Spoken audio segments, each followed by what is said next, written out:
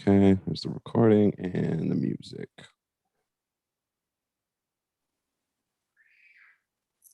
According to Mike and Tony, is intended for a mature audience. Listener discretion is advised.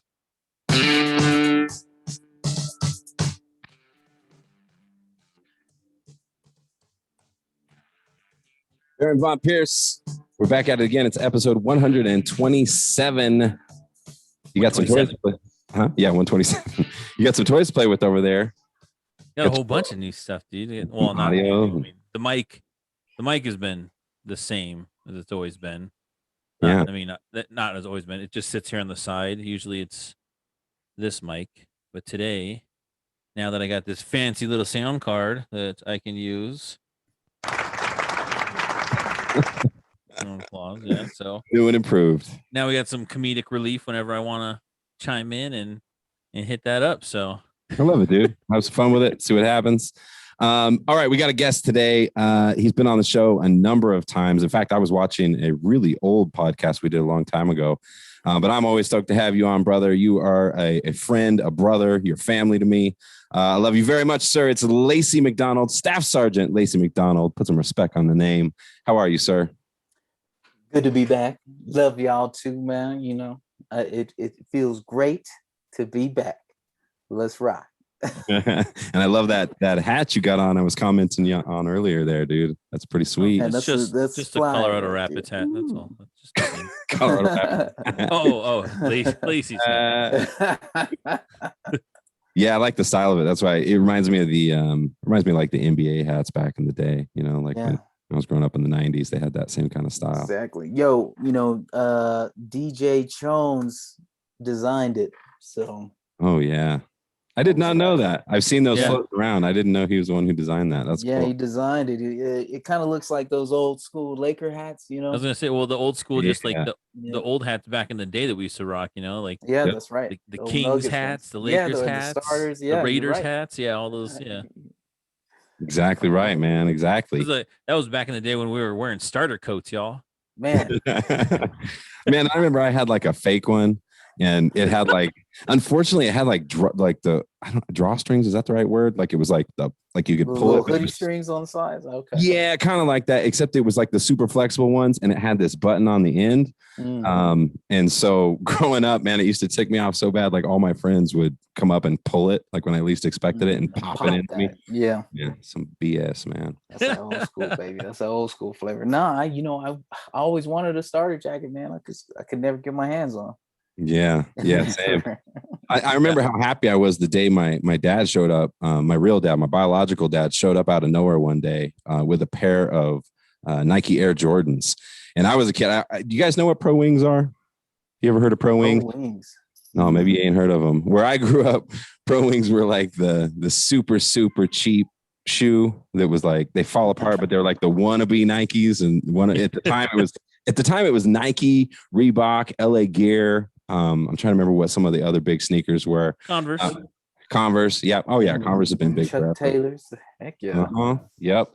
But I had Pro Wings, and they looked nothing like the thing. They fell apart so damn fast. Man, you know what I remember from back in them days, man, and I know Mike can speak on this one, was them Daisy Duke shorts from Aurora Hills Middle School, man. Yep. Oh my God.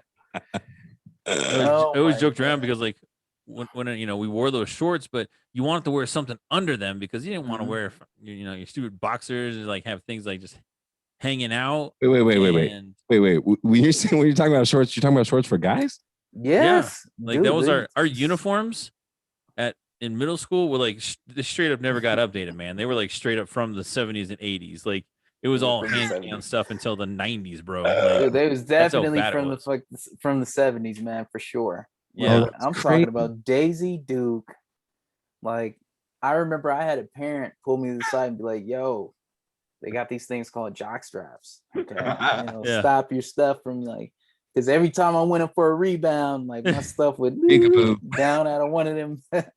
Yeah, well, that's what I was saying. Like, it was funny too because like back then, I was skinny mini, dude, and so you wanted to wear like some stuff under it, and so my mom thought maybe just get some compression shorts. Mm-hmm. Bro, those compression shorts were like baggy on me, so it was just like shorts under shorts, and so like wearing boxers. That was before you were squatting 1,000 pounds, I take it. Yeah, basically. Dude, that is hilarious. Wow. So you guys had uniforms, and this is public school, right? Yeah. Roy Hills Middle School. Wow. God. Yeah, we didn't have anything like that. Where I went to Fresno High School in Fresno, and no, we didn't have anything like that. They had rules, but nobody followed them. And I remember one thing distinctly, and this may have just been one of those weird high school rumors going around, but our understanding was the dean that was in charge of checking hair color, because we couldn't have like unusually colored hair, and the person who checked it was colorblind supposedly. And so like, because it went with what I observed, because everybody had crazy hair. At one point I had blue hair, I had green hair at one point, and everybody did it. He was like, what are you talking about? It's black. Yeah, that's crazy. You guys had uniforms. What's more hilarious is those shorts sound ridiculous. Oh my God, man. And I have to say, at Roy Hills, we learned how to take defeat. Like, it was bad, man. We were it was tough. I think maybe we won one game. Like, I think we won one game. Like, it was nasty, man. It was like, that was my first time playing organized sports, period, across the board. Yeah. So I remember scoring on ourselves. Like, that's how bad it was. No. It was awful. Funny because I played dual team. Well, we had 3 teams. There's A team, B team, and C team. And so I got to play for both A and B team. And yeah, A team was terrible, but B team was undefeated. Yeah, B team was undefeated. That's right. You're awful. A team was awful, man. Jesus, it was awful. It was so bad. Like, every game, dude. I'd leave the court, and I'd ball all the way to the house, man. Like, for me, it was tough because I don't know, man. Like, I grew up and I always thought that, like, one day, like, my pops would come and watch me play. And like, every time, man, it was like I would take that out on my mom's, man. It was awful, dude. I was a awful teenager, man. I put my mom through some shiznit. Were you really? I feel like you may have mentioned some of that before, but it's so interesting just knowing you now. I met you much later in life, and knowing your personality as a grown man. Yeah, I'd be interested to hear some of that, man. That's really interesting. Yeah, it's I think that definitely shaped a lot of how I feel now on, like, just loss and losing and stuff like that. I didn't have the type of mentorship, man, that would be like, yo, like, you need to take this as a learning experience. Like, each one of these defeats is going to help you learn a little bit more about yourself. You know what I mean? You gotta, I didn't have anybody to help me through that. You know what I mean? And like, I would always be out there on the court, like, oh, if my pops is here, I'm going to be freaking Dikembe Mutombo out in this mud, you know what I mean? With short shorts. Yeah, no, it was funny because, like, I was the opposite way. We grew up, like, playing basketball, and I was in organized sports and everything like that. My stepdad always coached us, and so we were always undefeated every single time. We'd go to tournaments and win tournaments and trophies and this and that. And so, like, that was always ingrained in me. Like, I got mad when I would play for A team. I'm like, God damn it. Why are we so terrible? Come on, man. Suck? I'm like, I'm playing on B team over here. We're winning. We're supposed to be better on A team. Like, what the hell's going on? I did not understand what was happening, man. But it just never came to fruition for us, man, at Roy Hills Middle School. And like, I didn't get to taste like victory until the last game of our 8th grade year is when we actually won our only freaking game. Yep. And I mean, your only game that season, or your only game in your high school throughout career? My whole middle school. This is middle school. Middle school. Okay, my bad. Throughout my whole time at Aurora Hills Middle School, we were handed defeat, like, every freaking time, man. It was so rough. But like, the last game that we played in middle school was the first time we got to taste this victory. And I mean, like, I had cotton mouth. Like, I was looking up at the clock and I was looking at the score. I was like, oh my God, we're gonna freaking win. That was like a similar story for me with football. So growing up, we had AYL, which is the Aurora Youth League. and I played for the Rebels. And dude, our team, like for the Rebels, was god awful. We lost every single game, like every game, but we won our last game too, similar, and we won our last game in the snow, and we beat the Lions. And I remember that because it was like, I was like, damn, dude, it was like, look at us go. Like I was playing like crazy. I got like a couple of sacks, and I was just we were feeling it. And that was the last game of the year. We're like, we didn't goose egg it. Nice. That's funny. I played basketball in elementary and middle school, but we were middle of the road. We won some games. We lost some games. We never did anything fancy. My dad used to call us the Wawona Hooters, but I'm trying to remember what our mascot actually was. I don't know. My dad always used to say that, but it was Wawona. Oh man, I can't even remember what the mascot is. That's terrible. We were Mustangs over at Aurora Hills, man. Yeah. The Mustangs. Yeah. Broncos colors and everything, man. Yep. It was bad. And it was like, and it legit was like the Broncos old logo, like the 70s logo. It was the 70s logo. We probably got the Broncos like intramural like jerseys that they had from the 70s. It was the 70s for real. And the shorts. Yeah. God, I'll never forget that stuff, man. Jesus. So let me get your guys' history straight. So you guys didn't go to middle school together, but you went to high school together, or vice versa? No, we went to middle school together. Yeah. Oh, got it. Yeah, because you went. Where did you go after Aurora Hills? Went to Gateway. Gateway, yeah. See, I was supposed to go to Gateway. Yep. But I ended up moving out to the Bellows, and my mom, like my whole family, went to Thomas Jefferson High School. Yep. From busing and whatnot. They like my mother integrated her class. Was the first graduating class in 77 of an integrated school, right? Okay. In DPS. So she was a part of that. And it's just been like everybody went there except for my uncle. He went to Bellside. He was black sheep. And that was us. We grew up in Montbello too, but my mom didn't want me to go to any Montbello schools. So that's why I went to Aurora Hills. Yeah. And then that's why I went to Gateway. Because we lived over there by my grandma, right there off 56 by the Arsenal. Okay. So yeah, really close to where I'm at now. My grandma still lives over there. Okay. All right. She's right over there. You see, the base. There's a reserve like headquarters right over there. So like when you go down Peoria, and you take a right on 56, you turn right on Revere, and then you take a left on Pensacola, and my grandma's house is right down the street. Okay. Yep. Man, I know a lot of gang families that live like all along that stretch right there, man. Dude, yeah. And so like growing up too, it was funny because it was like, it's predominantly African American over there. And so my grandma would get mad because the neighbors would be blaring music and everything. And she get like, my grandma was like old school Hispanic racist. So she'd be like, pinche negros, boys with their music and like, grandma, you can't say that stuff, dude. That reminds me of my grandmother, man. She would do the same thing, man. She'd be like, pinche cabrons, and I'd be like, whoa, I'm like, what is that? Can I say that? My grandmother never taught me Spanish, yo. Like that's one of the things I wanted, but it was like ingrained in her and even for my mother, man, like when they moved up from Laredo, Texas to Denver, she went to a private Catholic school, and like that was it. Their whole reason of going there was to speak English. Yep. And like the nuns would like bat my mom's hand every time she spoke Spanish. So they basically beat it out of, my mom, my uncle, and my aunt.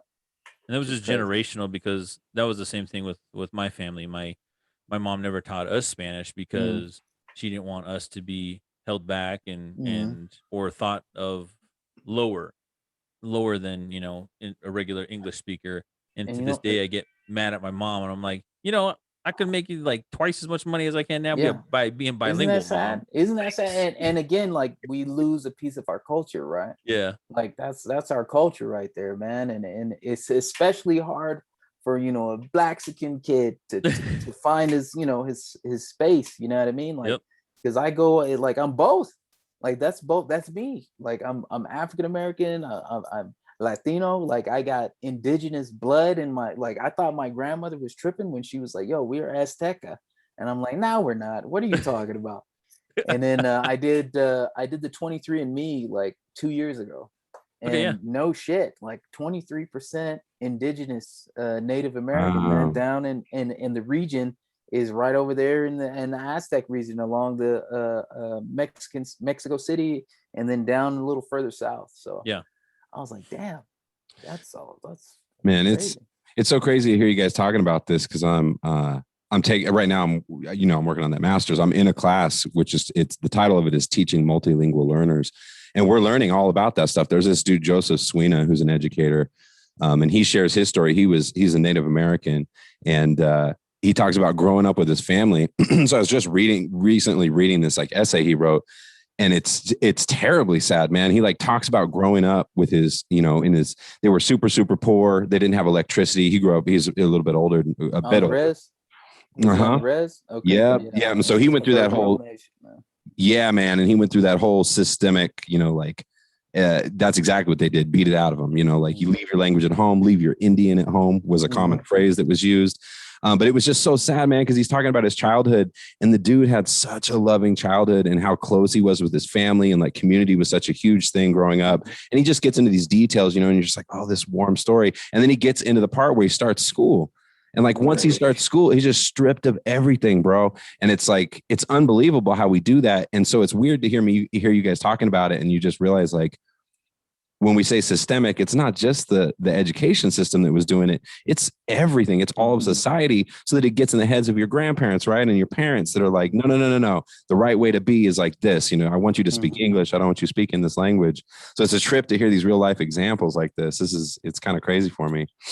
And I think the cool thing though is like we're stopping that now. You know what I mean? Like it's like you're not gonna, or at least if you come to Lake Middle School, you can keep your language. You know what I mean? And you're getting the addition of English. You know what I mean? Yeah. Like we're not gonna try to rob you of your culture. In fact, we're trying to reinforce that. You know what I mean?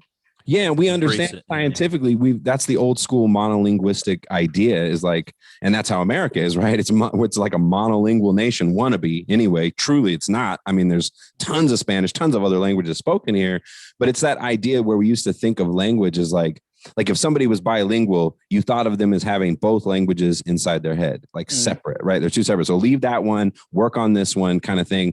But science is telling us completely otherwise, dude. Like all your linguistic facilities are all blended together in your brain.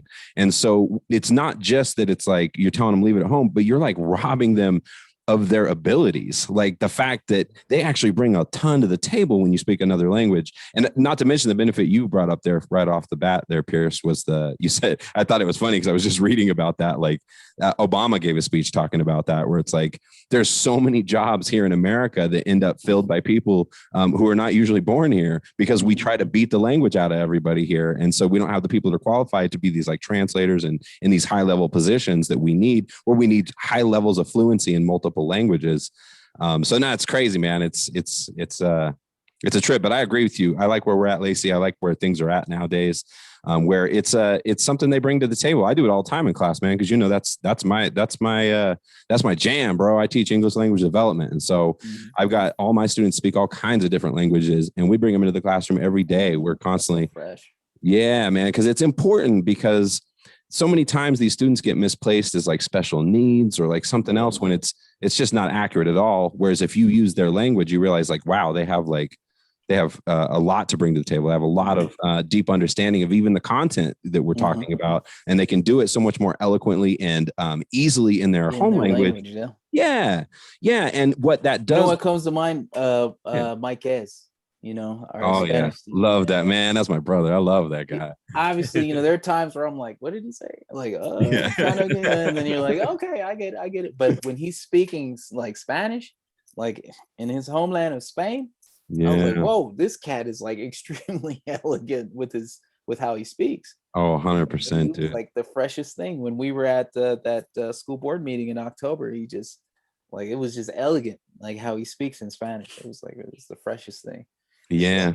It's humbling too for me to just think about that, because I speak a lot of Spanish too, and I'm trying to use it as much as I can, but it's uncomfortable, dude. Like when you're talking, when I talk to my kids, or if I talk to Aguilar or anybody who like speaks Spanish, it's very intimidating. And sometimes I just clam up, bro, because it's like, it's good for me though, because then I completely relate to what my students are going through. Where you're suddenly like, you don't want to speak because you feel like you're going to sound dumb, or you feel like you're gonna misspeak or say something wrong or whatever.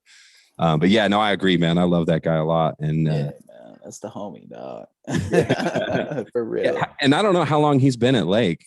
He's been there a while, as far as I know, like 5 or 6 years. He's been there for a little bit. I think like God, I think it's Miss Beater and Aguilar have been there for almost like 8, 9, almost 10 years. I think a decade. Yeah, I mean, they were there during the bad days, man. Like I'm telling you, during the Lean on Me days. Oh, Lean on Me, nah. During the Michelle Pfeiffer fucking Dangerous Mind days. You know what I mean? No, I'm not lying, dude. And it wasn't that long ago. It was like 3 years ago. When I walked into Lake for the first time, I was like, where the fuck, like, am I in a rec center or something, or like a correctional facility? Like the windows were all dim and dark because there was like cages all over them, right? The lighting in the building was awful. Like it was like every other light worked, you know what I mean? And like one of them would be flashing and shit, you know. You look over in the corner, there'd be like a heap of trash or something, or an anthill. Like how you got an anthill in the school, man? Yeah, I walked into Rossini's class, right? His class, the tech wing. And that was the first class that I got to walk into. There were students sitting in the window sills of the classroom. And, you know, those window sills sit pretty high, right? And I'm looking for the teacher in there. I'm like, where the fuck is the teacher at? And there's like this little lady all the way in the back with like 2-3 students that are like actually taking in like content. Everybody else is fucking on their phones. They're walking in and out of the classroom like shit doesn't matter. Like, damn, how long ago was this, Lacy? How many years ago? That's 3 years ago. That's right before Amanda stepped onto the scene, man. That was when she was being recruited to fill that position as principal. Unbelievable, man. What a remarkable story and a turnaround so far. Like, I'm so honored to be a part of that. That's insane. And I've heard some crazy stories too. I was in the music world for a long time. And so I used to run the audio for the Cheeseman Park Art Fest. And I met this blues musician. He's really great. I wish I could think of the name of the band. They've been voted like best blues band in Denver several times. But anyway, the dude, and we kind of got off to the wrong foot. It was sort of funny. We rubbed each other the wrong way. But eventually he came around, became friends. We started talking. And I knew the guy for years.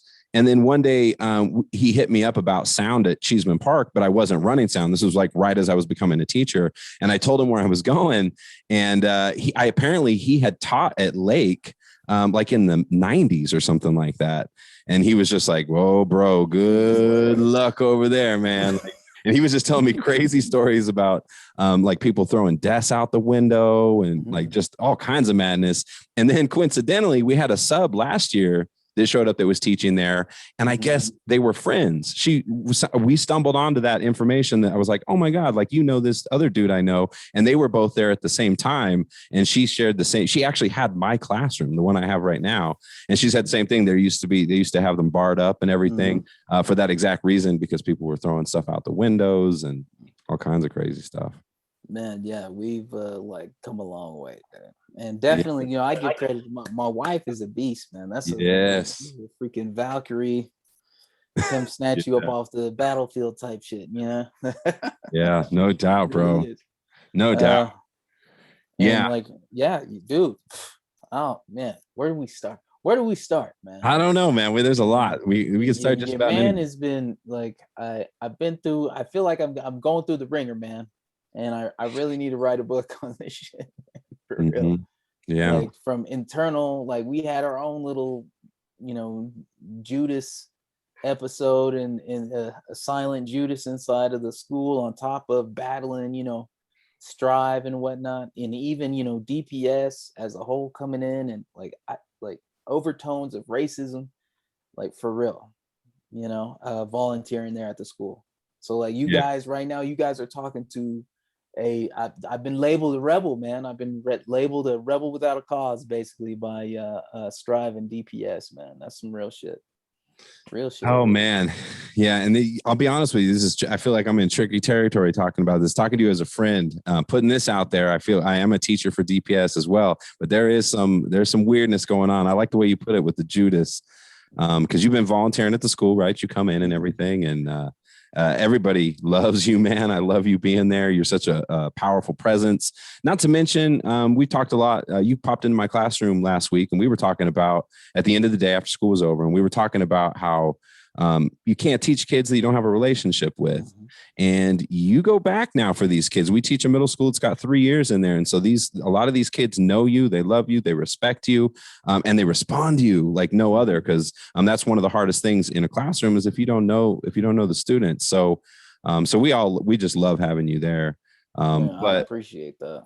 Recently, recently we found out that maybe not 100% of everybody. Yeah, not 100. And, that's to be expected. That's cool. Yeah. I mean, it's like, I think I told you this, when we had that conversation earlier or last week. Mm-hmm. It's like, my heart is callous, man. And I think, a lot of that is just from growing up, man, and dealing with, a lot of the systemic shit that people of color have to deal with in this country, So like, that's something that, I'm used to dealing with.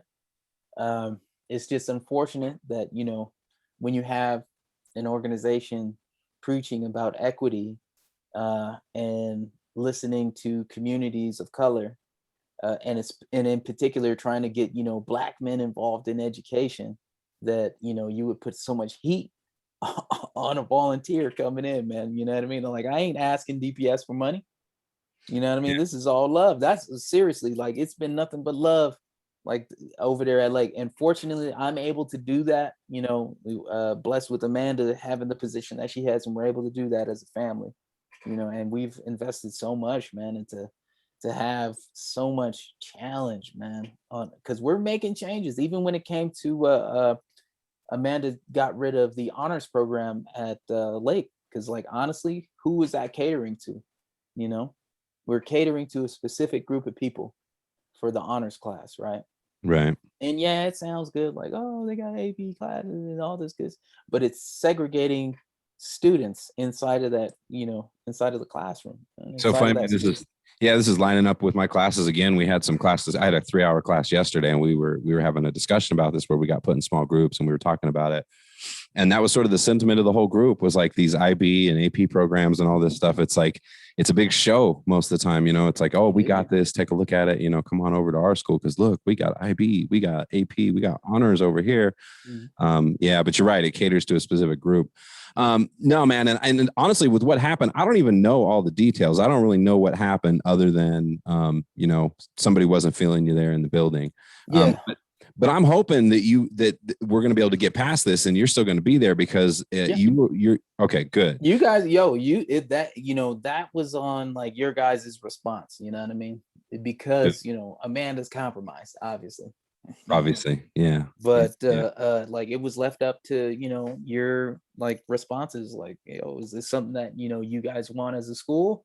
Do you see that me being a positive force there? And dedicating my time to you guys, and if not, then be like, then we can't do it anymore, and that's like across the board. So you guys voted on having me to continue to participate at Lake, man, and I really appreciate that, man. 100%, dude. The love for you is real. It was powerful, man. It was powerful hearing how much everybody loved you over there. And I had to speak up too, because literally I wouldn't be there if it weren't for you. I literally wouldn't. Like, I had That's you, bro. I didn't do anything. I just said, hey, there's a path you can take, Tony. Yeah. You were the one who did it. Yeah. I wasn't staying up late at night with you. When I started, I'm not gonna lie. Like, when I started, I was kind of like, I'll probably teach a year at Lake, and then I'm gonna see where I'm at. I want to see what I want to do next, and maybe my dream was to get something close to home. I had visions of myself riding my bike to school and stuff, because there's there's a lot of schools right here around my house.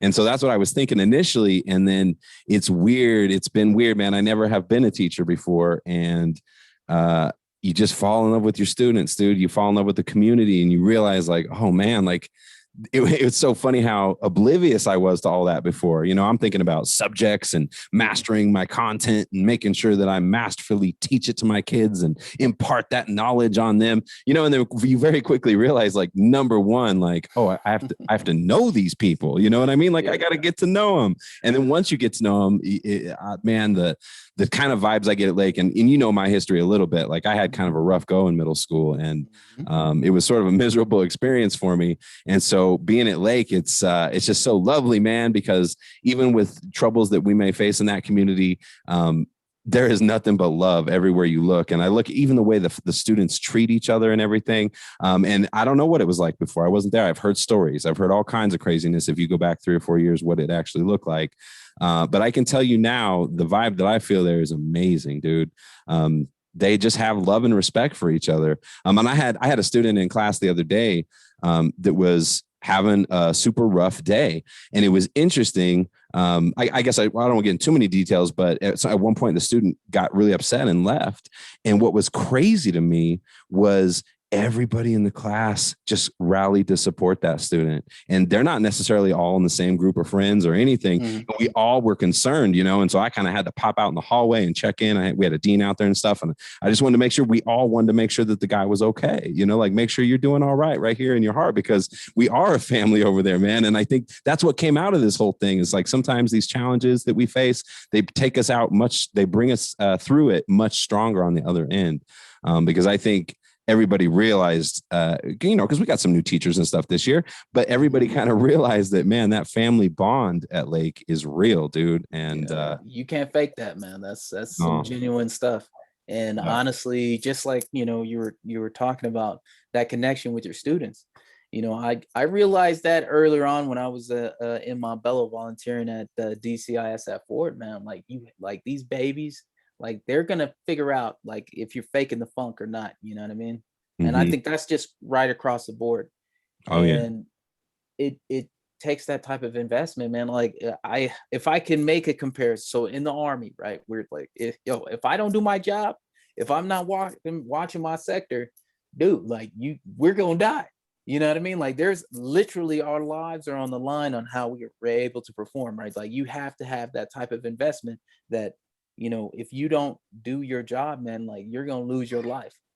Right. And if I'm to make a comparison to teaching, it's the same way, man. Like if you're not able to trust me to guide you and build that bond with me to receive this learning, man, like you may end up a dead body on the street or fill a prison bed, or God only knows what, you know what I mean? Yeah. So like it's extremely important to build that bond. That's how we as human beings learn. I feel like I don't even have to do the research. I feel like as cavemen, where were they learning? In front of around the fire, right? With your family. Like that's how knowledge is handed down, right? A lot of the knowledge of language of the Navajo, right, is handed down from the older generation to the younger generation. Like they don't have like the written language. Like it's handed down. Wind talkers hand that shit down. And the only way that you can do that is through, you know, that close bond with somebody to get that knowledge, man.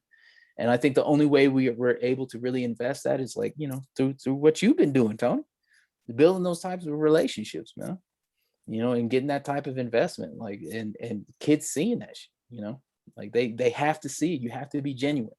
Because if you're not, they'll know it, and you know, teaching a cynical child, and that's a lot of the kiddos that we deal with. A lot of them bring trauma to the table, man, and it makes them a little bit cynical to things, and they can sniff out fake faster than you know. 100%.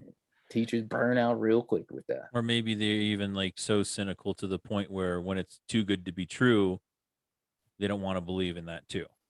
That's true. They've been burnt so many times that they don't want to accept the fact that somebody is true in nature and that they're being given that gift, and instead just shun it away because of their past and being burnt. Totally, man. I totally agree with that. Definitely, man. Like it's an everyday thing, man. And like I feel like so much has been put on our educational system to solve. Like they can't solve everything, you know, no matter how much, you know, training a teacher gets, you know what I mean? How we've how our educational system is, it's like, you put an expiration date basically on that kid, right? Like, second grade, you go, see ya. Third grade, you go, bye. You know what I mean? Fourth grade, they keep on pushing you through. You know what I mean? It's like this assembly line. And I think we need to have like a revolution in education, man. Like, I think you should have them bonds like that where you're like moving along. Could you imagine, Tony, if you're like, you started with your sixth graders and then you end with them as eighth graders? Like the bond there is going to be stupid.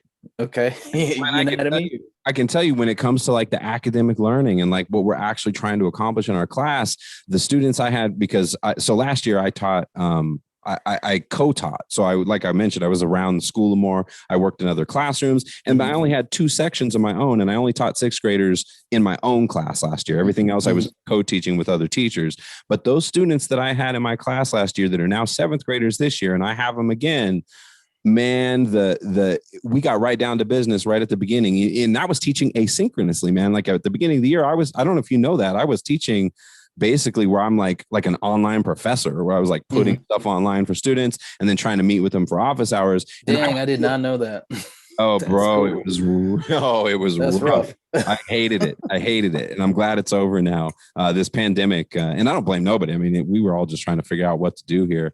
But even then I had it. And then once we went back to where I was synchronous, so I was meeting with them on Zoom and everything again and having live classes, those students that I had last year, like our bond is already there from day one. It was like, oh man, I'm so glad to see you. I missed you. And I get more cameras on and everything in that group. And so you just see like that relationship. And then you're like, oh, but I'm starting fresh with the 6th graders. So I got to really try and build that relationship.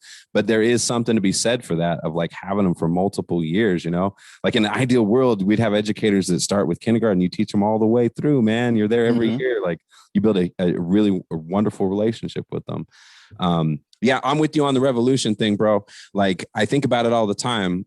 Change is very painful, but we're definitely on the momentum of our forefathers. And like that education just builds a little at a time on itself, but we really are not.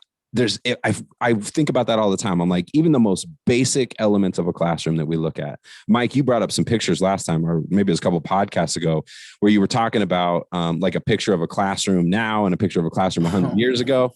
And you're like, what's the difference? It looks like the same damn classroom. So there's that, right? But then the very nature of it, like when you mentioned that caveman, how people learn, sitting around a fire, learning from a trusted loved one, from a family member, an elder. And I think about that, I was like, whose damn idea was it that you would have 25 students in a class and 1 teacher? And then you get into middle school and high school and they got multiple classes a day. And so you're teaching groups of 25 kids like all day long. And you just think like, man, it's one person doesn't have enough resource within themselves to be able to manage that, but it's just the system that we're in. And I feel like sometimes even the most basic things like that should be rethought. Like we got to figure out a way to have less students per teacher. And it's not just take it from 25 down to 20, but even then, like to really effectively build a relationship and learn, you should just have a handful of students, and how would that be manageable? I don't know. And that's why I mean, like a revolution sounds good to me, bro. In like so many ways. That's what I was talking about is that, video by his name is Prince E, and it's called I Sued the School System. And that dude is just talking about that they were talking about the evolution of things, like here's a telephone from back in the day, here's a telephone now, here's a car from back in the day, here is a car now, and then here is a classroom from back in the day, here is a classroom now, and they were identical. And it said the only thing that hasn't changed in 100 years is the education system. And they were also, and he made a good point to saying that, we look down on if students were goldfish, when we look down at them because they can't climb trees. We're teaching them to climb trees and they're goldfish. In that class yesterday, we had a comic strip we were looking at, and it was a picture of these guys. It was like these dudes in suits sitting at a table, and it was like, they were interviewing or taking applications or something, and they had all these animals in front of them. So they had like an elephant, and they had literally had like a goldfish in a fish bowl. They had a monkey. They had all these things. And they're like, all right, to see how proficient you are, we need you all to climb that tree over there. Yeah. It's like, you know what I mean? And you're like, what? You got an elephant and a goldfish. Like, so yeah. Monkeys. So when you guys have a chance, I'm telling you, look at that, watch that video. by Prince E. It's called I Sued the School System. Yeah, I think I saw that actually. I think we had a class on that over at Lake. But yeah, I think with the pandemic, like it's forcefully that, like, isn't that sad? Isn't that fucking sad? Like, there's got to be a fucking pandemic, a goddamn asteroid or a volcano fucking blowing up for us to actually finally get our asses in gear, right? Like, yeah, we're gonna ride out this whole fossil fuel thing until fucking, the world's so fucked up that it's gonna take a while for it to heal, right? Like, why do we have to be so lax on that shit, man? Like, that's just something that blows my mind. Well, that's what I mentioned the dollar before. We're reactive as a people, as a race. We're definitely reactive. We're not proactive. So when something happens, then we'll respond to it. But to be proactive and to look to the future, it's not looked that greatly upon, I feel like now. But as things have progressed on and move, I think that, with the, like, Lacey was saying, with the pandemic, it's taught us a lot of stuff. It's taught us to do education different, taught us how to do work different. A lot of places didn't do remote working, full time until, recently. And because employers were afraid that, employees would screw off at home or wouldn't get as much work done or anything like that. And, it's kind of almost vice versa, where people are actually getting more work done because they're at home and they're able to take care of the things that they need. And, some people even, work after the hours that they usually would work just to get things done, because they're doing stuff in family stuff at home. Yeah, 100%, man. You really, that's such a key point there about the reactionism. Like, it's a deeply embedded value here in the United States. And you can even see it in things like medicine, right? Like, you take a look at Western medicine, take a look at Eastern medicine, look at the difference. Eastern medicine's this holistic approach. It takes the whole person into consideration, takes your lifestyle and your habits, and it sees things coming. If you continue to live in this certain way, this is going to happen. So let's nip it in the bud. Let's live in a more healthy way. Whereas, here it's just sort of live however you want, do what you want. And then when you got a problem, let's go see if we can find some pills, get a surgery, cut out whatever the bad part is, treat it like a car, and fix it in that way. So I think it permeates a whole bunch of different aspects of our society for sure. And most certainly education is one of those too, where we look at the systems. There's no doubt the system if you ask most people, I think most people would agree that the system has been broken, right, for a long time. And we've talked about this before, Pierce. Like, my whole beef with that whole thing is like, how can a system be broken when there isn't a clear objective? Like, nobody agrees what we're supposed to be doing here. Like, everybody got their own 2 cents they're putting in on, like, what is school supposed to accomplish? What is public school for? Like, what are we trying to produce in the end? And then you've got all these competing interests and people saying, oh, it's broken. It's broken. Yeah, it's broken. It's broken. But like, have we even agreed on what we want? Like, that's a huge problem. I know this much, man. Like, whenever, I talk to the kids, man, like, I'm telling them that, their future obviously is not going to be like how my future was. You know what I mean? It's not like what they're going to be competing against. They're probably going to be competing against a lot of different type of AI systems and machines, like, for instance, like our tax returns and stuff like that, right? Like, a lot of that's handled by algorithms, like TurboTax, stuff like that. You put it in the information yourself. I remember back in the day, like, you would go to, JP Morgan or somebody, and sit down and with all your shit, right? And then you go through like all your taxes. Yeah. You know what I mean? And that's totally changed now. In fact, like, they're experimenting on like fast food joints, for instance. You're gonna be able to go up, pick what you want, and by the time you drive up, there's gonna be a little robot hand that hands out your little meal because it cooked it all, right? It didn't need any human help or any of that stuff. And then it's just like, boom, there you go. So who's that going to alienate? You know what I mean? Like, these little I haven't dealt with a cashier for years now, and it feels great. Like, I can go in, I can scan shit, and I'm out. Like, for instance, but it doesn't feel good for that cashier. Lacey. Exactly. That's my point. Right? Dude, I love that you're touching on these things, because you mentioned the fossil fuels. We're finishing up a unit in my class right now on climate change. That's what we've been talking about. And the next unit up coming up is AI. So Yeah. I sent him over your syllabus. Oh yeah, exactly. Yeah, he shot it over to me in an email. Yeah, man. But that's real stuff. Like, how are we preparing our kids for that? And they're not even able to read at their grade level right now. Like, if you're not reading at your grade level at third grade, yeah, there's supposed to be, maybe you'll get something out there to sustain yourself. You know what I mean? Like a little, I don't even know, to tell you the truth, unless you're rapping and, maybe some type of entertainment industry. But even that now is being revolutionized by tech, right? Like, I remember watching, I forget what entertainment little concert it was, but Tupac was a freaking hologram and he came out and did his thing. Coachella. I was like, oh my God. Yeah, the Coachella. Yeah. I was like, that's crazy. Even Dollar as a musician, he knows that back in the day, the struggle was real to try to get your music out and being played on and everything like that. And now, you have all these SoundCloud things, these reverb stuff. Yeah, like that little toy you got. And everybody can hear your music, sharing it and everything like that. And yeah. If you want to be held out a little longer, Dollar.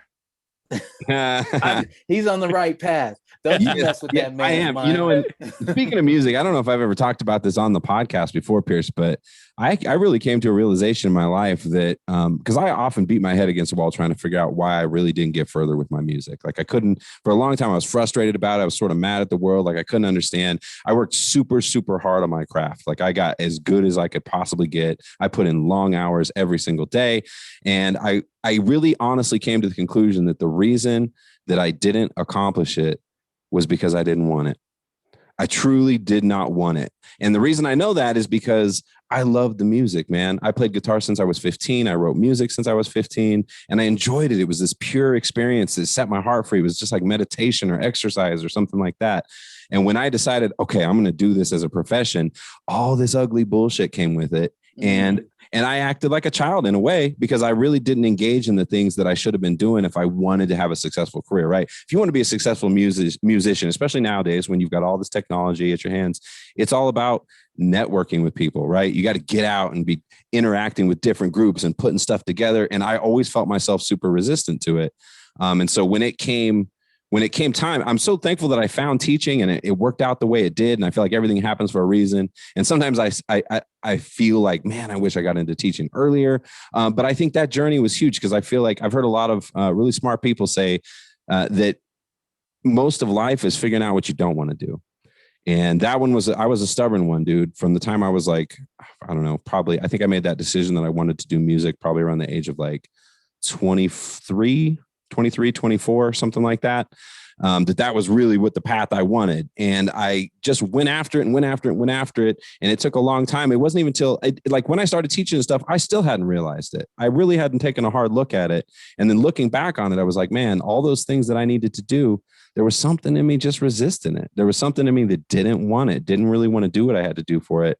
Because all the shit, man, the pressure shows, you remember me, Piers, I get so stressed out every time I played a show, and everybody's like, oh, it's this great experience, and I was telling myself in my head, like, oh, I'm giving back to the world. I'm making the world a better place by sharing my art and sharing my music. And I really, and I may have told you this before, Mike, but like, I think it's true for some people. I think that's their path, creating music and touching people's hearts and lifting people up through music. And I wanted that to be my story so bad. But at the end of the day, it's not my story. That was never my story. I just wanted to speak to that because I never really talk about it. But even people in my family say that, and ask me, oh man, but you were so close. And why didn't you keep going? And the thing is, man, I wouldn't want it. I'm so fucking happy right now. Like so happy with what I'm doing. And the beautiful thing, and I think I mentioned this before too, is that now music has gone back to what it used to be for me. It's like meditation. It's like exercise. So I still jam. I got my loop pedal set up literally in the living room. So when I have a free minute, man, I click that thing on and me and the kids jam. All my kids play music now. We jam together. We're writing a song and it's interesting. So yeah, I just want to speak that. I never really said anything about it before. Yeah, that's fresh. Because I was there, one day I was there doing music and all of a sudden I just dropped off the planet and was like, I'm a teacher now. See you guys. Mike, your words are hollow. That's basically what he's saying. Okay. invested so much time into Tony Dollar music, though. Oh, bro, I appreciate you so much. You were always such a big help, such a supporter of my music, and I always love that and appreciate that, man. like for the birthday video when you were wearing the old school Tony Dollar music shirt I saw. I was like, the logo that I made you too. Yeah, that was the logo I made you. Hell yeah, yes. That's fresh. That's fresh. But your lyrics are still good, man. Oh, thanks, bro. The little video that you put together for the kids at Lake, that shit was fresh. Wait, hold on. Did you lose? You never told us. I don't know. I don't look at it that way. I guess I didn't get the most likes, shares, and comments. I think was how it was rated or something. Oh, who did? I forgot who. Fee got it with his. That's right. Yeah. No, and it's all right. I wasn't really sweating it. I was going to use the money for my classroom. I was trying to save up for one of those owl things, those like fancy cameras that they got where it's like in the classroom. My son had one, or no, my daughter had one in her classroom. And it's like these cameras that like when you're teaching remote, it follows you or something? It like detects who's talking. So like if you call on a student and then they start talking, it finds the student and then like zooms in on them. But I've also heard it's got a lot of weird glitchy stuff and it makes students uncomfortable because like it'll call on them. You call on them, they start to talk and it like zooms in, but then it won't go off of them. Like sometimes it glitches out and somebody else is talking, but it's like super zoomed in on some student that's sitting there like awkward. Like this. Totally. That's fresh. $100. Can you get it off my face? Yeah. Man, you know what? Man, you know what's sad? Since we're speaking about Zoom and shit. Yeah. Fucking snow days are not going to be the same, bro. No. You know what I mean? Fucking Preach pandemic. Fuck that up. I was getting all excited about this last snow day. Yeah, I was getting excited about snow day too because I work in, I still work in education, but I work on the, higher education part. And like they were like, all remote learning is also canceled at one of the community colleges. Like remote classes are also canceled too. I was like, well, shit. If remote classes are canceled, why ain't I canceled? I don't remote work.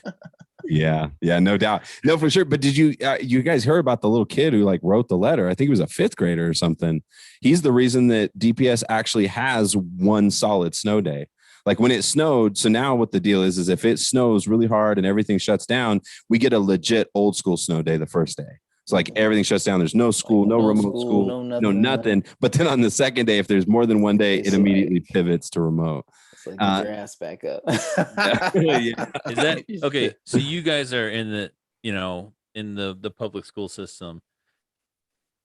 The myth always was if the superintendent can make it to the building, then there's no snow day. Is that true? That's a good question, man. I don't even know, bro. I don't even know.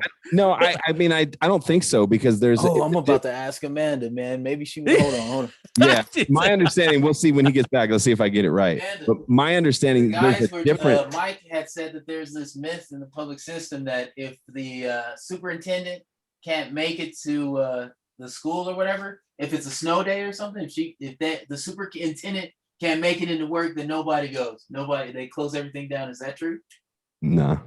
I don't think so. Oh, shit. What did she say? She said it's a fucking lie. It is. Superintendents don't even leave their houses. They'll still dictate that everybody come in.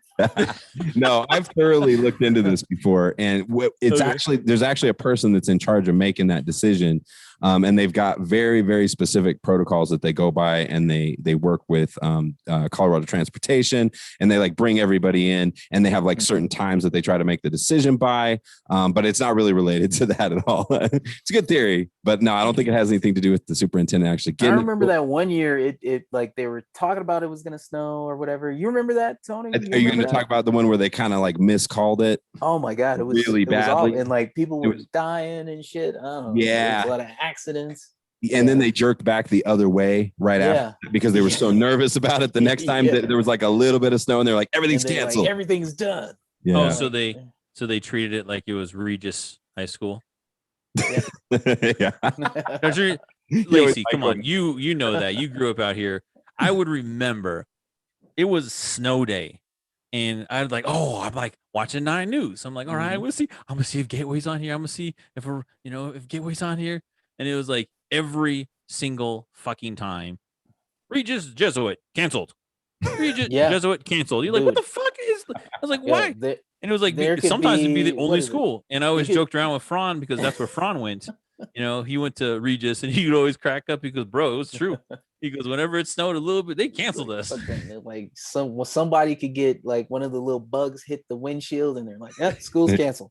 They canceled school all the time. I was so mad at that every single time. Like, that's so true. That is so true. I don't know. Like usually back in the day, DPS would not close for shit. I remember like walking to school with like 2 feet of snow, man. Like they didn't give a fuck back in the day. There could be like 2-3 kids dying on their way to school. We still had class. Damn, man. That's interesting. Don't you be late trying to carry that dead body in here. Yeah. Like, yeah, no, things have changed a lot, man. But I'm with you, dude. It does suck that we lost like our traditional snow, like where it was just there was just no school. But that at the same time, that being said, I think this was year, and Health was saying something about this the other day, and I agree with him. It did really accelerate. Yeah, I love that guy. Straight up, yo, he's the Fonz of Lake, yo. I didn't know that he's only in his like 3rd or 4th year of teaching, something like that. Yeah, I thought homie was a seasoned veteran. I thought he had been doing it for a very long time. He's got the gift. Yeah, he does. That's why he's the Fonz. He does. He's the chosen one. But he was mentioning that how there's been a real acceleration of technological skills for teachers. Mm-hmm. And because I'm not gonna lie, when all this went down and we went online, I was kind of like surprised at how many teachers really struggle with it and how much there wasn't much technology in the classroom. From the day that I started, I was kind of tripping out, like how we talk about how classrooms haven't changed. That was one aspect I noticed immediately, because being in music and entertainment and stuff, like technology is everything, you know, and being able to navigate your way and make things that are visually stimulating and be able to interact on all these different things that we have use of now. I was kind of shocked and taken back. But I think clearly 1 year later, here we are. And I think teachers are so much more skilled at that stuff, including, multitasking. And I was joking about it before when I was teaching asynchronously. Like I used to tell Mike, like, when I get to teach students live again, I feel like I'm going to be a ninja, bro, because if you can get students to learn when you can't even interact with them, like you got to put stuff up there that's going to catch their eye and catch their attention and get them to interact and try and get them to show up to office hours. I feel like I'm going to be a ninja. And now I feel like it's the same thing with this hybrid teaching where you're teaching a group online and a group in person. And I'll tell you, man, I haven't been doing this long. That's so freaky. I hate it, bro. I hate so it. Freaky. I wish there was a way, like I know some elementary schools, like my daughter's elementary school, where they divide it. So you've got the online students have an online teacher, and then the in-person students have an in-person teacher. But when you get into secondary, middle school and high school, they got multiple classes and teachers. Mm-hmm. There's just no way. You'd have to have 2 teachers for every single thing, that you're doing. So it's not really feasible. But I feel the same way about it. I feel when it finally goes away, which I'm hoping, I'm kind of scared it's never going to go away now. I don't think it is, man. I think this is just the way of life, bro. Like, seriously, I really do, man. Unfortunately. Oh, that sucks. It felt, I didn't realize I complained last year, because it was so tough for me, like classroom management and all that stuff. And I was like, oh, this shit's so hard. And then now this year I'm like I had because this week we started back 5 days. So we've got students that are in the building 5 days a week now. And I've got my 8th grade class is just like packed, for me compared to my other one. So it's like how many students do you have in person generally in your class? It varies so much, dude. I've got one class where up until recently I literally had 0 in person. Everybody was online. But now I've got 2 in person in that class. I've got some that are like 5 or 6. And then my 8th graders, I think I have 12 or something like that. But it feels really full in my room. You've been in my room. So 12 students in that class, it's literally every single seat in the class. Yeah. Mm-hmm. And then I've got in that class, I want to say, I don't know, 15 online or something like that. 15 to 20, somewhere in there. It's packed online. Yeah. Yeah, man. And it's just so hard to manage the 2. But when I had all those students in class and it was like, man, they came with energy. And then we had one student that has been online all year. And all of a sudden he showed up physically. I didn't even know he was coming physically. Like, who are you? No, I know him. I know him really well, man. That's my homie. But he came in and everybody was so excited to see him that I couldn't get him on track, man. The first 5 minutes of class, everybody was just going nuts. And at one point I was like, man, this is like last year, so hard and so frustrating. And then I was like, dude, this is beautiful. Like I absolutely love it because part of it's just seeing the students act normal. Well, we're pack animals. Like that's how we learn in packs, man. Like that's biological. You know, the mechanized part of how we're like transforming, like it's kind of mutating the way that we like process information. Man, there's a lot of kiddos out there because of their isolation, and even though they're able to talk to folks through Zoom and stuff, it's not the same as being in the you're exchanging pheromones and shit. You know what I mean? When you're in the same room, you know what I mean? 100%. You really get to read like those facial features and, you know, hear the tone. Like it's all biological, man. And we need that, dude. That's why so many young people are they're killing themselves right now. Yeah. Like literally killing themselves. You got eighth graders, seventh graders, sixth graders, fifth graders contemplating suicide because they're not able to, you know, build those bonds with their friends and have those relationships, man. And it's extremely important. Like I said, we're pack animals. We're not freaking, you know, I don't know what animal goes out there. Mike, you got all the fun facts. Fun facts, bro. What animal out there like just is born and it's like, yo, I don't fucking need anybody. Cheetahs are not pack animals. Oh hell, cheetahs? No, they're not pack animals. They live on their own. They do their own thing. They do? Yeah. Like when they grow up in their animals, like in their cubs and stuff like that, usually like one or two. But then they split off and they start their own little herd. Yeah, they start their family. But so but that's it. They're on their own for a while. So thanks for that fun fact, Mike. He's got a ton of information in that dome, bro. A couple of things you made me think of. Like I recently sat my kids down just to talk about that, right? And I literally showed them graphs of like suicide and was like, you know, look what's going on here and how important it is for them to be talking to us and communicating how they're feeling, because this is a really tough time right now. But one of the saddest things for me was teaching online, and you see.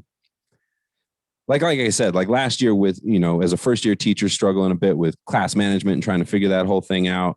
It seemed like at some points it was the bane of my existence. Like I would lay in bed at night and like have a hard time sleeping because I was like, man, how am I going to face tomorrow? I got to get up there and do this again. You know, I got to try again. Hey guys. Yeah, right. I got you. Yeah.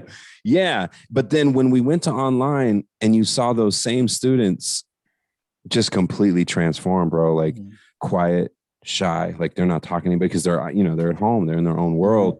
It was super sad. And that's why I mean, like I had mixed feelings when all of a sudden I was like, oh, my classroom's kind of hard to manage today. But it was like a good thing because what you saw in that was you saw kids acting like kids and being together and being those social beings that they're meant to be.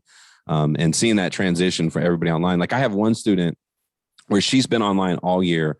And she is painfully shy. She was always a bit shy last year too, but she's pretty shy online.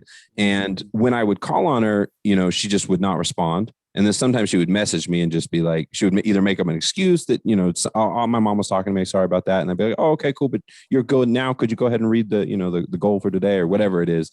And then there were a couple of times where I was messaging her privately and I was talking to her outside of class and letting her know, like, we got to work our way up, you know, because this is a language practice class. So sometimes I do need to hear you speak. It's for your own good. And, you know, and then I'd build her up. And then we get into class and I'd give her like just throw a teeny little softball just to get her to speak. And she would literally just drop out of the call, like gone. And so then she unplugged. Yeah, just gone. Like she would disappear. And then usually a few minutes later, she'd pop back in. And then, you know, I didn't want to make things worse. So I'd kind of let her be there. And then I'd reach out outside of class. But it's been a real struggle. She came into class for 2 days in person. Whole different world, man. She was talking. I had them reading in groups and stuff. She was reading out loud. Everything was great. And then I just found out she went back to virtual. And so, what the hell? Yeah. Damn. After only a couple of days, I know, man. And that's the struggle. You're just like, like you don't understand it. You don't know why. There's always some, you know, there's countless reasons. And And assuming that you know a student in and out, no matter how much time you spend with them, you never really know. You don't really know what's going on at home or what they might be up against. That humbled me a couple times last year, where I'm getting frustrated with a student, and then all of a sudden you find out, like, oh man, they're going through this. Like, oh shit, like what an ass am I? You know, like over here getting frustrated. Yeah. How does that work for you, Mike? What's that? The virtual setting. You teach classes at the upper echelon? Well, I mean, it's in higher education, it's always been online, classes, and I know a lot of it when the pandemic happened just went mostly to online, and they did have a drop in enrollment because there are some people that just don't do online well. There's people that need to be actual in person and in school and stuff like that, and get hands-on help. um our enrollments were down, but not like ridiculously down, just because the online presence has always been uh, there in the higher education Okay. Well, setting. the only reason why I say that is because those online folks are still isolated. You know what I mean? Yeah. Like, as far as like not being able to, go to the club scene, not being able to, engage in like certain, human things that we do, thank God I got plenty of entertainment with 5 boys and, Amanda. That is way too much for, you know what I mean, for the normal man. You know what I mean? I got a Netflix every day. And I feel you, bro. I'm in the same boat because I've got my 3 kids, I got my wife, and then both my parents live here too. So we've got like a full house. And so I've had to remind myself of that a couple of times, that there's definitely people out there that are living alone. They're in an apartment by themselves. And Jose will tell you that all the time. Fran, he'll tell you that all the time. That's what he's like right now. His wife's a nurse. His wife's a nurse, and so she's gone 12 hours a day, and so it's just him by himself those whole 12 hours. And he works from home too, so he's at home. And so when we got the email, actually, to go back, we're gonna be going back June 1st. When we got that email, he was so excited. He's like, "Oh, we're going back to work. We're going back to That's work." The only time you're gonna hear him say that shit. Yeah, and so, and then meanwhile, all of us were like, "Shut up, dude." But I think I thought also too. I think in the educational field, we have an opportunity to just show how important it is for us to learn in those settings. You know what I mean? To learn in those group settings, and like how important it is to have this type of connection with folks. You know what I mean? Like, even with my kiddos, man, like during the virtual learning, oh my God, I thought I was the worst parent, man. I'm like, dude, like we should be able to knock this thing out. Like, why are we having like wars? We're having literal wars here. You know what I mean? And then like they get into the classroom, when they finally got to go back in person, it was like I was dealing with a totally different child, man. I'm talking about like Dayton, one of our boys, man. He became like the eagle of the week, right? The student of the week or whatever. Like, he was the first student of the week. And like during his online time, oh my God, like I'm pretty sure like the teacher was like, "Yo, we need to call social service over there to save that kid." You know what I mean? There's abuse over there, but then in person, like it's a totally different kid, man. He's engaged, he's thoughtful, he's thinking about like the other students and stuff. And it just reinforces that whole pack animal like learning behavior, and like how important it is for us to be in person, man, because they need that. Well, that's our situation over here, is that I have only one. I have one little girl, and that's all we have. That's all we're ever gonna have, because thanks to science, that's been taken care of. But when the pandemic happened, though, dude, she was home and she was doing online school, and at one point in time she like broke down, like for real, and was like, "I want a sister, and I want a brother, and because there's no, it's just you and mom and me, and da da da." And I'm like, "Sorry, girl, I don't know what to tell you." I was like, you were about to go hit that science book and revert. Well, it was funny because like I had to like break it, because like me, I'm a logical person. I had to break it down to where I was like, so this is how it's gonna work. Even if that was possible, we had a baby and the baby came out, you are not physically able to do anything realistically with that baby for 3-4 years. Mm-hmm. So that's not going to help your situation out now, girl. It's like, what we need to do is like, and then that day I felt really bad because like I said, she cried and she was breaking down because she needed that social interaction, And that day I went outside and I walked with her to every single house that had kids in our old neighborhood. In this neighborhood, there's like kids everywhere. She can go to any house and, play. She's gone down the street now a couple times and played and this and that. But the old neighborhood, I literally was walking with her to door, like ding dong, like, hey, your kid want to play with my kid? Like he's like ding dong, hey, and I was like, dude, I felt so bad, and it was just like, because when she was done, like, oh, go, we had everything, we had a trampoline, all the toys galore, but that doesn't do anything for a kid unless they can play with somebody. With that truth, stuff. man, truth. So. And you got to think about like how many babies out there that don't have a father willing to do that. You know what I mean? No, for real, that's real shit. Like how detriment, like I don't think we've really calculated the side effects of this pandemic, man, and just how it's really gonna fuck with our kids, man, let alone ourselves. You know what I mean? Well, I was looking when we were talking about the whole suicide thing. So there's no official numbers as far as like any for suicide yet, as far as 2020 goes. But like a couple of hospitals had reported that they had like 250% increases in suicide attempts in the month of October.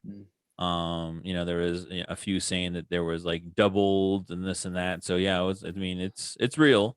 I mean, they don't have official numbers, but hospitals were saying that they had like one particular hospital was saying that what was it? They had 67 attempts in 2019 and then 108 attempts in 2020.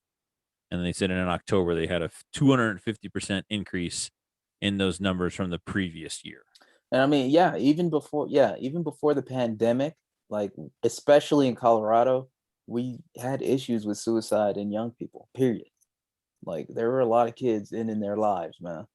Well, if you look middle school aged on up, right? That was the leading cause of death for them was suicide here in Colorado. Yeah, I remember seeing that too. And well, so much of this too is it's the graph, the line of the graph is really parallel with, like, you think about the iPhone came out in like 2008. And as technology has gone up, like these problems are definitely perpetuated. They're made worse because so much of it. And that's part of that conversation I was having with my kids. We sat down, we had a long conversation about social media and like what it is, because they want TikTok and they don't want Facebook. I'm not going to lie. Facebook is for us old people. It's for old people. Yeah. But Snapchat. So weird. Yeah, I know. But we were just having that conversation about what you see on social media. You know what I mean? It's so different. Like the only way you know a person decently is you know them physically. Like I know Mike, you know what I mean? Which, by the way, I haven't even seen your new house. I definitely need to be over there soon. Oh yeah, you got your shot this week, right? Pierce? Yeah. Yep. You got your second shot, and you were fine, huh? Yeah, dude. You know why? What'd you get? Was it Derma or was it Pfizer? No, I got Pfizer. That Pfizer, and I'm superhuman. You know what? And I was also talking about. I was also talking. I mean, because for real, like I'm pretty healthy. I have right here to the left of me. I mean, I have 1, 2, 3, 4, 5, 6, 7 different 8, vials 9, of 10, the 11, super 12, soldier 13. serum. I have 13 different like pills and vitamins that I take a day, and each one of them has does different things for different parts of me and everything like that. And I think that because I take care of myself, that I don't have like adverse effects when it comes to other things. But I also think they were saying, I read an article saying that type O people don't have adverse reactions to the vaccines. Virus? Or the vaccine. The vaccines. Okay. And really the other negative thing, and positive. And the other thing, I don't know my blood type, so maybe I just figured out that I'm type O, guys. I don't know. That's how you figured out. Dude, no, I know, but I think there's got to be more to it, man. I exercise probably 4 or 5 days a week. I take good care of myself. I drink a ton of water. I take multiple vitamins and supplements. I definitely take the vitamin D every day. The only one area I probably could improve on is sleep. I try to get more sleep as much as possible. Yep, that's the exact same one I have. Yep, that's the exact one I take every single morning. But for whatever reason, dude, and I didn't see it coming. Like I really didn't think I was going to have that kind of reaction, even though I'd had a couple of family members that did. That shit hit me like a diesel truck, bro. Like I thought for a second, I was like, did they accidentally give me corona? Like what the fuck happened here? Yeah. So I don't know, man. Maybe it is. Maybe it's that was Derma. That was the Derma one. Yeah, Moderna is what I had. And I looked up the statistics on it too, Mike, by the way, because we were joking around because I was like, oh, that Pfizer one, you're going to be fine. It's the Moderna one's the problem. It's actually the opposite, dude. Like people who have extreme reactions to the Pfizer, it was like 38% or something like that. And the Moderna, the one I took, like 17% of people have like a reaction like what I had, where you're running a fever and getting all super sick and shit. See, that's interesting. That just reinforces what I just said. I am fucking superhuman, bro. Like, and a scientist, apparently. And a guinea pig. Shit. It increased my bench press by like 50%. It's crazy. Hell yeah. What you benching now, bro? I haven't been focusing mostly on bench. I've been focusing on my squats, man. I saw that. I've been doing that. So now I can, with ease, I can do 365. I can do 2 sets to 2 at 365. So next week, I'm going to go for that 4 plates. 4 plates? I'm going to go for the 4 plates and see if I can get that once or twice. Make sure you bring an extra set of drawers and some wet wipes. But, well, it's funny. Just, again, this is the strongest I've ever been, on doing anything. And this is the biggest I've ever been. And it's like, it's funny, just as I get older, I got that real dad strength. Like that real dad strength. Got that old man strength. That's old what man I strength. call Yeah, dude. Like the strength that we talked about before. Like I remember when I was trying to post up my dad in high school, I'm faster than him, quicker than him. But when I got down to the paint, I tried to post my dad up. He wouldn't move. Like that man was, an unmovable object. He was like deemed by physics as an anomaly because he didn't move, But yeah, no, I haven't done much on bench because that was my other thing that I lacked on was just, squats and this and that. But you know what? On Sunday, I felt like I deadlifted 1,000,000 fucking times because of that damn snow. I was out there. True. I was out there like 4 times, dude. God, yeah. Yeah, well, we went out and helped the neighbors too. So we did a couple of houses, and whew, me and Jaden were busted up afterward. It was crazy. Yeah, I'm still sore. Yeah, I slept on a heating pad that night. Just I tell people that I'm like, damn, you sound fucking old. I'm like, yeah, bro.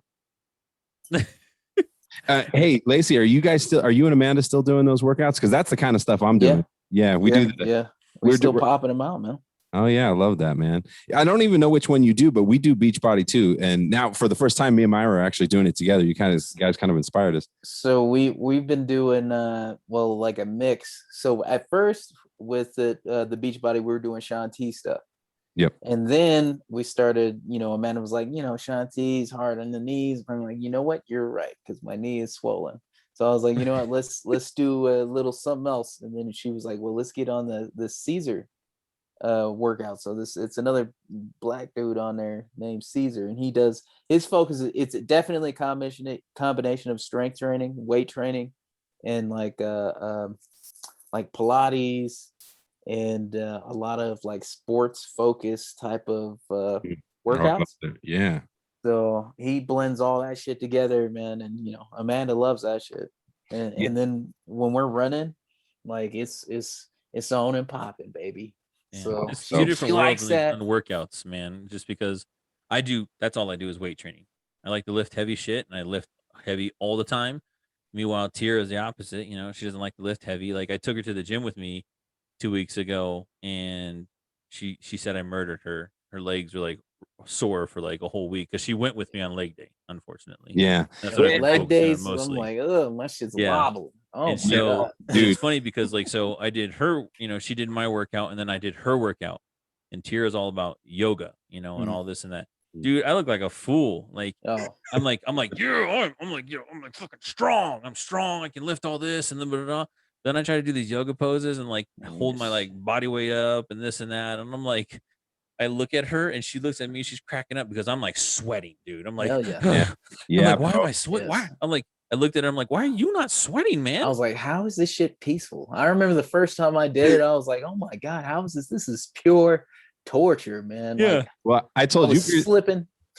yeah, dude, I took it in college thinking I was just getting some free credits. Like way back in the day, I signed up for a yoga class. Like, oh, this will be easy. We'll just basically take a nap every morning. And I'll never forget it, man. I told you, Piers, I'm like, she's like, and I remember the instructor would be so calm and her voice would stay so calm. She's like, and now just hold it and hold. And I'm like, shaking and sweats coming falling apart. Hell yeah. No, that shit's real. I was going to tell you though, Lacy, if you do the Beachbody stuff, we started on the Lift 4. If you ever get a chance, check that one out. It's LIIFT 4 and it blends. It's got some HIIT training mixed in on some days. I did that. Is that with I don't know if he's Polish or Russian or something. Yeah, maybe. He's got like a little accent. No, this dude doesn't have an accent. Okay, all right.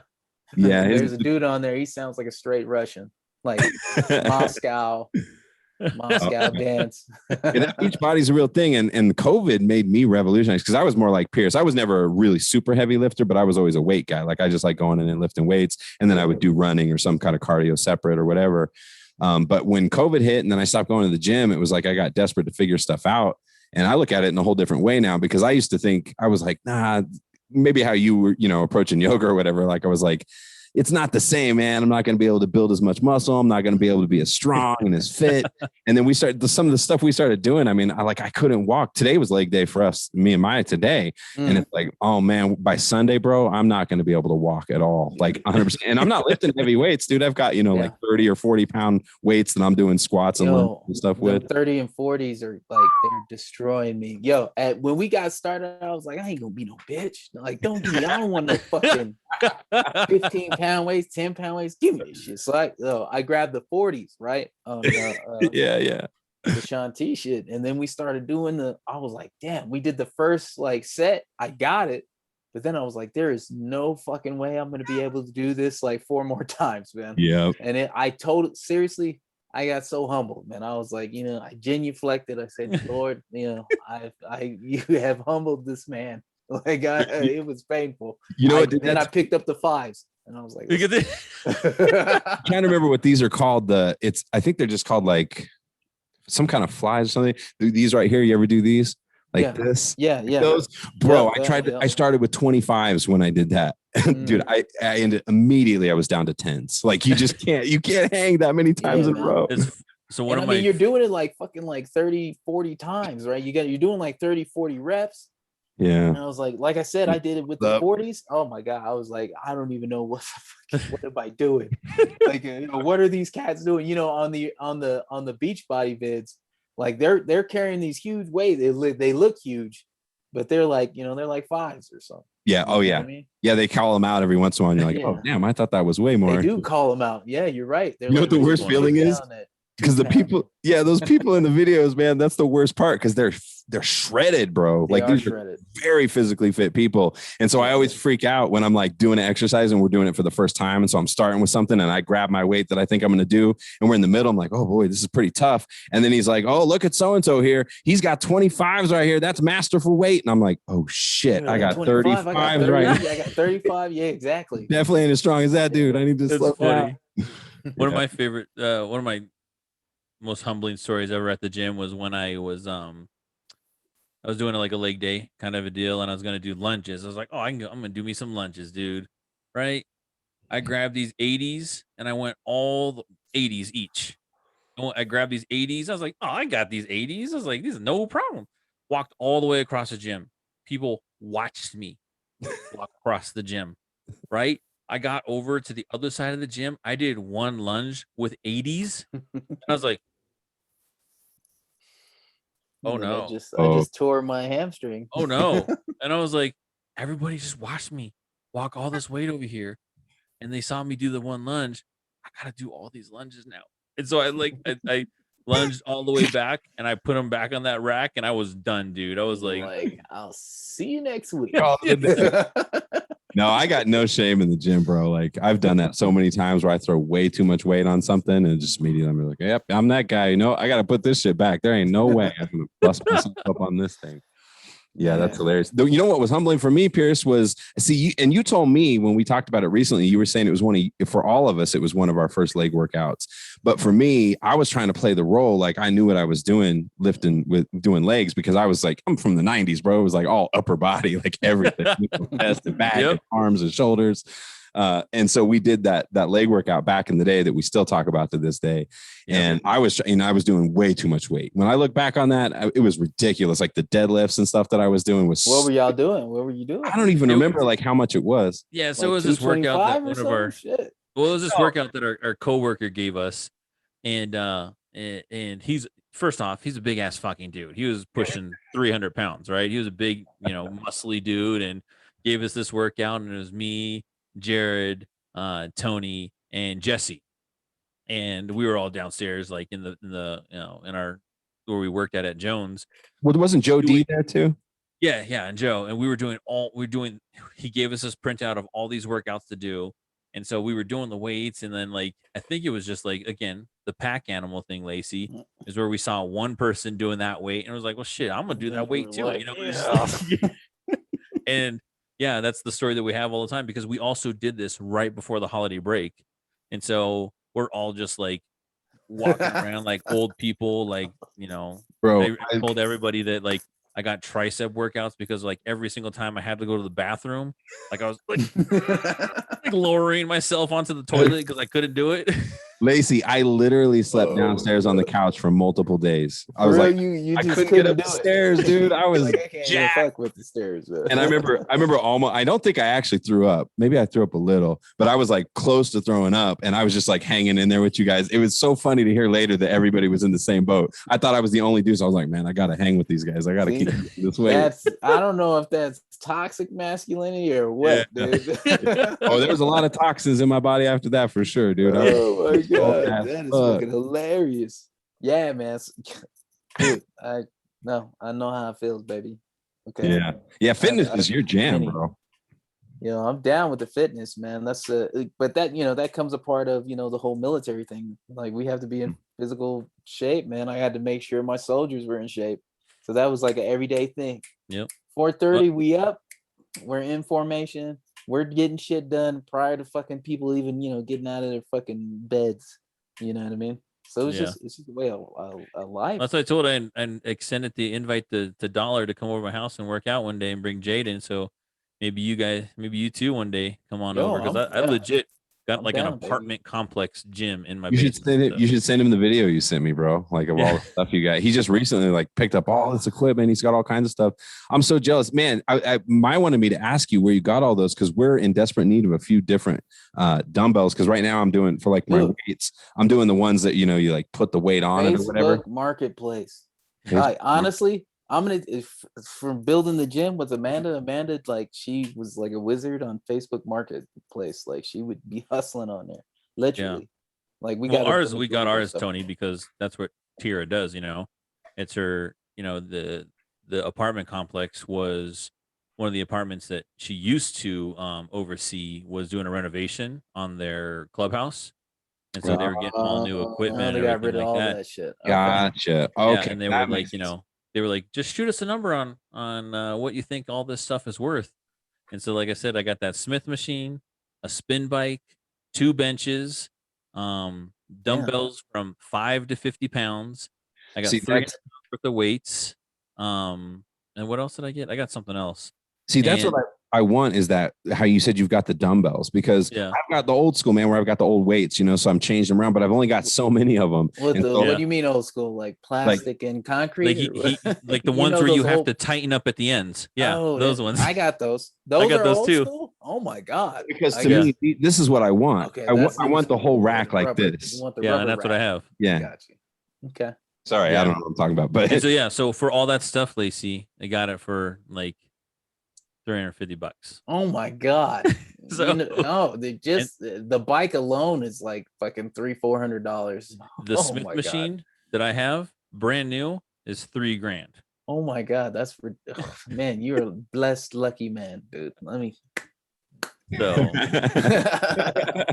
for all the gym rats and we applaud you with that one. Yeah, I'm gonna That's start hard to charging find that. memberships. I'm gonna start For charging real. memberships. Oh my Real quick, God. Lacy, I want to ask you, since fitness is your jam, you seem to get into a lot of different stuff. You've definitely lifted heavy, I know for sure. You're doing a lot of the kind of stuff me and Myra are doing now too. Do you have any daily routines like now outside of like your workout time? Are you one of those guys? Do you have anything you do? Like, do you do a certain number of push-ups every day, or do you have any like things you work out randomly? Well, you know, for this is correlates to like the whole suicide thing, man. Those push-ups, man.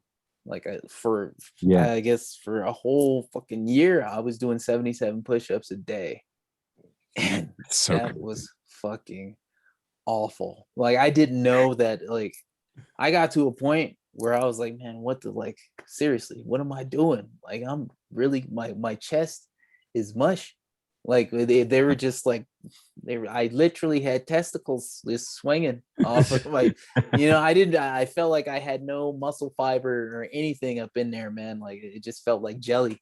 And I was like, man, like, isn't there come a point in time where like I'm actually gonna feel like this shit's gonna get easier? And it just, that day never came. Yeah, that's a trip. That's a trip. I'm still waiting for that day.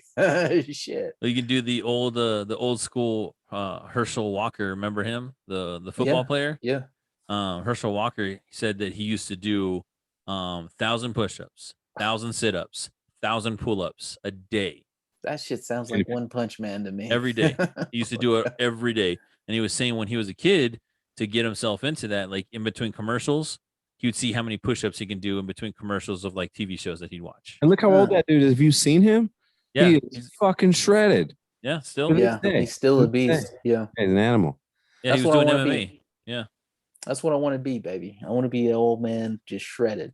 You know what I mean? Yep. I want to be that guy. I want to be like, damn, all the other old guys are gonna be like, I remember my day. I'm like, bitch, it's still like my day. My day is now. Yeah, it's still my day, baby. Like that's what I want. Well, that's what I told Dollar. The reason why I work out is because my whole motto in life is because of Callie. The bigger she gets, the bigger I get. So, and she has that ingrained. If you ever ask Callie, like if somebody ever asks her to marry her, I was like, what are the two things that they have to do?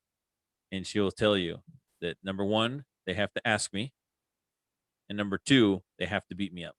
Damn, that's a hell of that's a tall order, man. Because I figure if someone's going to take over the job of being protector, that they have to do better than me. You better hope she ain't gonna marry no fucking special forces ranger, man. Nah, they just got to run around you real quick, tire you out, and you're like, oh, come here, you little fucker. God help him if you get a hold of him, right? Yeah, don't let him be smart. He's probably gonna be a smart fucker, man, and he's gonna waste you. He's gonna get you real tired, man. Damn it! Now I have to focus on something else. That's right. You better get that cardio up, baby. Man, that's a perfect time, buddy. It's about an hour and a half. We're a little bit over right now. Yeah, no, that's all right. We can do what we want around here. But man, it is always lovely having you on, my friend. It's an honor to work with you. I appreciate you. I respect you. I know you'll be coming back again. Watching that old video made me want to get Giner on here or something. That dude's got some serious wisdom. He's got some bars, man. Mm-hmm. Like really if we need to get Dino, Ness, we need to get Jones, Stacks. Yes. We need to get all those crazies up on here, man. Like, yes. Yo, we got like, it's like the fucking Avengers headquarters over there at Lake Middle School right now, man. Like if there was a time to like sit down with some folks like that's. It's funny you say that, man, because I literally had the thought the other day of how cool would it be to have like a Marvel style poster made where there's like cartoon drawings of all of us. Like I was like, that would be so dope. That would be sick. Yeah, we should do that. Yes. For real. We got to figure it out. Well, cool, man. I know you'll come back again. I know we'll stay in touch. We'll keep talking. Appreciate you, man. Thank you. Much love for you, both. Yes, man. thank you. Love for you both. I appreciate it. And with that dollar, I think that's a wrap, sir. Cheers. Cheers.